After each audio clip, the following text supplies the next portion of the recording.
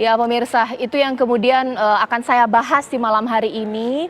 Sebenarnya ini pertanyaan publik dan saya hadirkan lagi pemirsa ini cuplikan gambar-gambar dari film G30 SPKI pemirsa.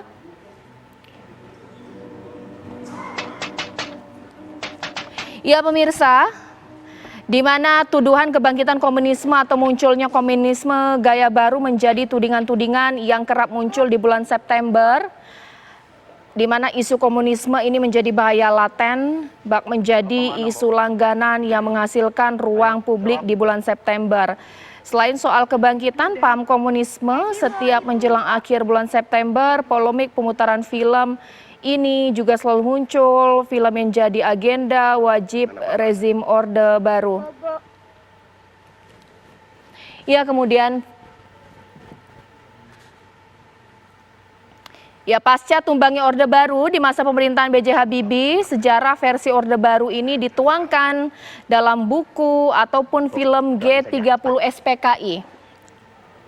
Mulai ditinjau dan kemudian Menteri Penerangan era Habibie, Jenderal Purnawirawan dalam Yuni Sofia ini menghapuskan pemutaran film pengkhianatan G30 SPKI yang sebelumnya diputar. Di masa pemerintahan Presiden Abdurrahman Wahid atau Gus Dur, dilakukan pembebasan tahanan politik PKI, bahkan Gus Dur mengupayakan rekonsiliasi akar rumput hingga rehabilitasi nama baik orang-orang yang pernah dilakukan kesewenang-wenangan dari tuduhan PKI tersebut. Di masa pemerintahan Presiden Megawati, disahkan undang-undang yang melarang orang PKI untuk memilih pemilu atau milih dan dipilih di pemilu, namun setahun setelah itu Mahkamah Konstitusi membatalkannya dan undang-undang tersebut bertentangan dengan Undang-Undang Dasar 45. Dan di masa pemerintahan SBY hingga Presiden Joko Widodo pun hal-hal lain dilakukan dari era pemerintahan tersebut.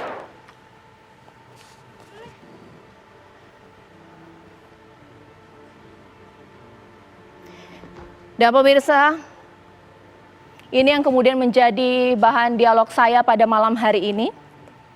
Mengenai sebenarnya itu yang menjadi pertanyaan publik, siapa kemudian pihak yang dikatakan berupaya untuk mengembalikan kejayaan atau juga paham-paham komunis di Indonesia.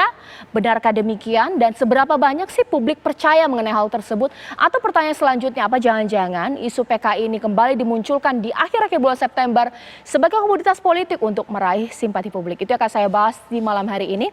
Sudah hadir di sini Prof. Hermawan Sulistyo. Selamat malam Prof. Nanti kita akan banyak bincang-bincang karena banyak sekali karya-karya tulis yang diterbitkan oleh Prof. Kiki ya mengenai hal ini. Dan juga sudah ada di sini, wah ini Bang, selamat malam Bang. Selamat malam, assalamualaikum warahmatullahi wabarakatuh. Ini, Bang, itu nanti juga kita akan bahas juga di sini karena narasumber saya yang lain juga sudah tersambung di sini.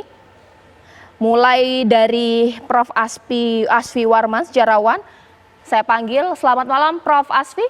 Iya, selamat malam Mbak Caca. Iya, dan juga sudah ada Bang Nurul Zaman. Selamat malam Bang Nurul Zaman. Selamat malam, assalamualaikum. Ya ini nanti kita akan banyak Bang Novel, Habib Novel dan juga Bang Nur Zaman. Tapi mungkin saya ke Pak Asfi dulu. Pak Asfi, ini menjadi banyak pertanyaan publik ketika Pak Gatot Nurmantio melalui pernyataan yang mengatakan bahwa ada pelarangan pemutaran film tersebut.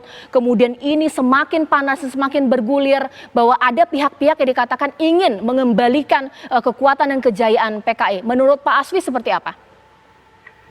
Di dalam acara di Kompas TV, saya pernah satu panel dengan Pak Gatot Nurmantio dan juga dengan Usman Hamid, itu di acara Rossi.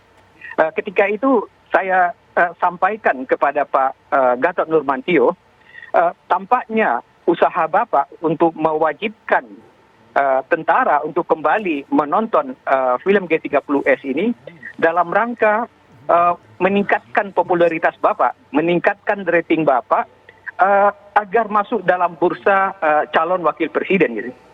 Saya sampaikan itu dan tidak ada tanggapan, senyum saja Pak Gatot Nurmantio gitu. Silakan ditafsirkan apa maknanya senyuman beliau itu. Kemudian yang kedua, Kalau dikaitkan juga dengan apa yang dilakukan oleh kelompok kami itu yang sekarang meminta judicial review tentang presidential threshold, yang selama ini memang hanya membuka kesempatan kepada partai-partai yang besar itu untuk mencalonkan presiden.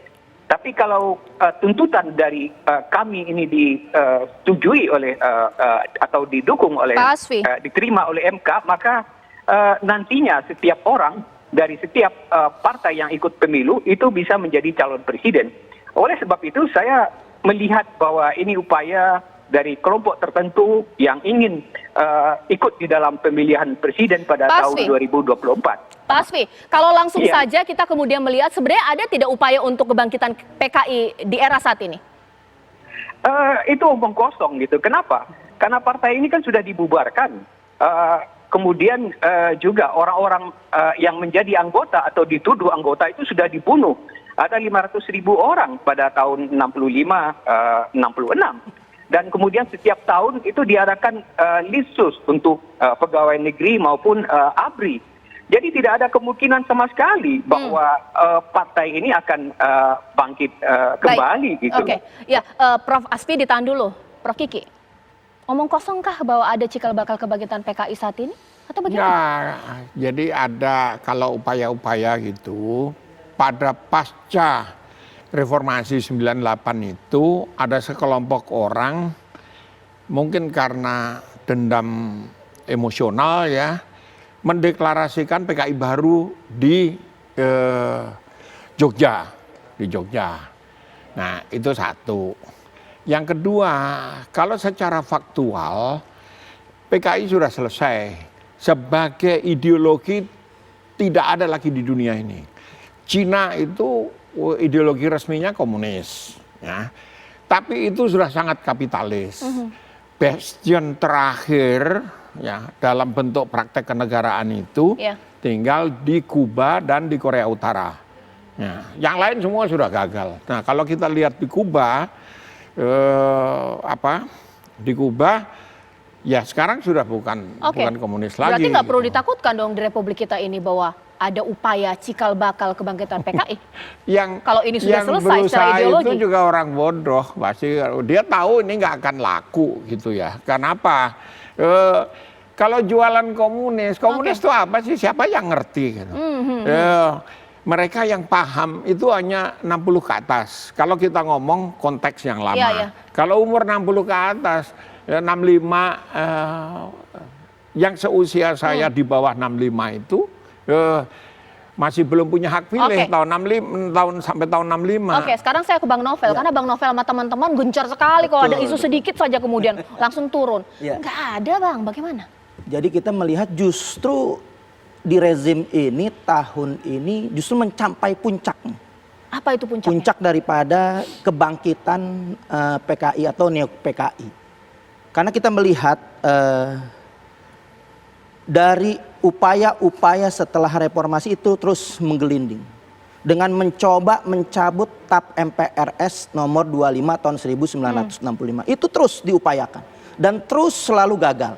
Nah, komunis ini adalah sudah dipastikan anti Tuhan.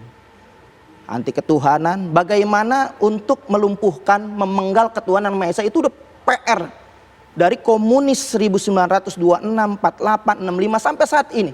Dan itu wujud, kenapa saya bilang puncaknya, wujud daripada pelemahan ketuhanan Yang Maha Esa yang selama ini di Indonesia sudah menjadikan surganya buat penista agama karena dipenggal ketuhanan, maka puncaknya di RUU HIP itu.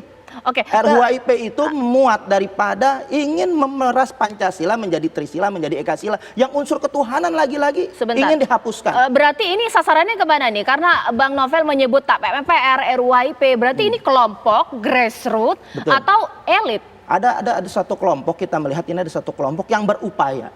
Ideologi itu nggak bisa dihilangkan begitu saja. Ideologi itu akan terus berkembang.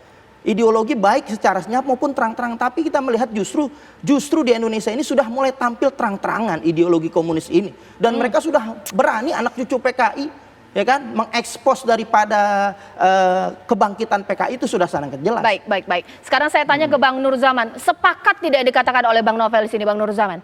Ya nggak sepakat sama sekali saya. Kenapa?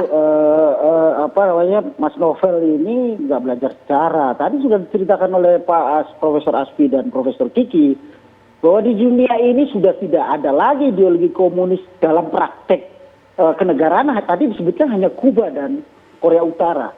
Cina saja sudah tidak lagi menggunakan konsep komunis dalam urusan ekonomi mereka. Nah kalau kita mau lihat di Indonesia arahnya ke komunis, ya kita lihat saja apakah pemerintah dalam membuat kebijakan-kebijakannya itu otoriter atau mengarah pada komunisme.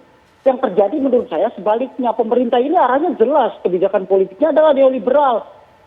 Jadi bertentangan dengan konsep komunis. Jadi menurut saya ini kan sebenarnya orang yang sedang berhalusinasi.